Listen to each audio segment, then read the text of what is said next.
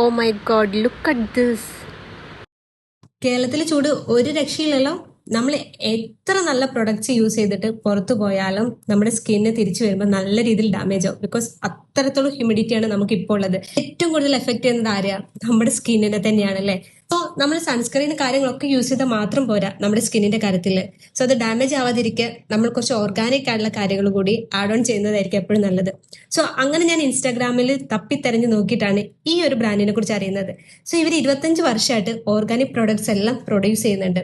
So അത് മാത്രമല്ല ഇവരുടെ പ്രൊഡക്ട്സ് ഒക്കെ നല്ല ക്വാളിറ്റി ഉള്ളതാണ്. സോ ഞാൻ ഇത്രയും നേരം പറഞ്ഞുകൊണ്ടിരുന്ന ബ്രാൻഡിന്റെ പേര് ഹാപ്പി ഹെർബൽ കെയർ എന്നാണ്.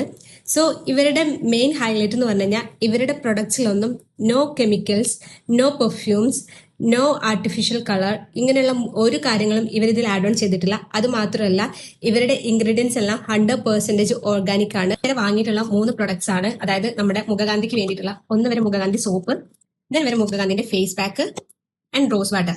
ഇത് മൂന്നും കൂടെ ഒരുമിച്ചാണ് നമ്മൾ അപ്ലൈ ചെയ്യുന്നത്. ഒരു പാക്കായിട്ട് വരുന്നതാണ്. ഫസ്റ്റ് ഞാൻ നല്ല രീതിയിൽ ഫേസ് ഒന്ന് വാഷ് ഔട്ട് ചെയ്തിട്ട് സോപ്പ് നല്ല രീതിയിൽ അപ്ലൈ ചെയ്ത് ഫേസിൽ മൊത്തത്തിൽ എന്റെ ഫേസ് ഇപ്പൊ നല്ല രീതിയിൽ ഒന്ന് ഫ്രഷപ്പ് ആയി. ഇനി വേണ്ടത് പാക്ക് റെഡിയാക്കാനാണ്.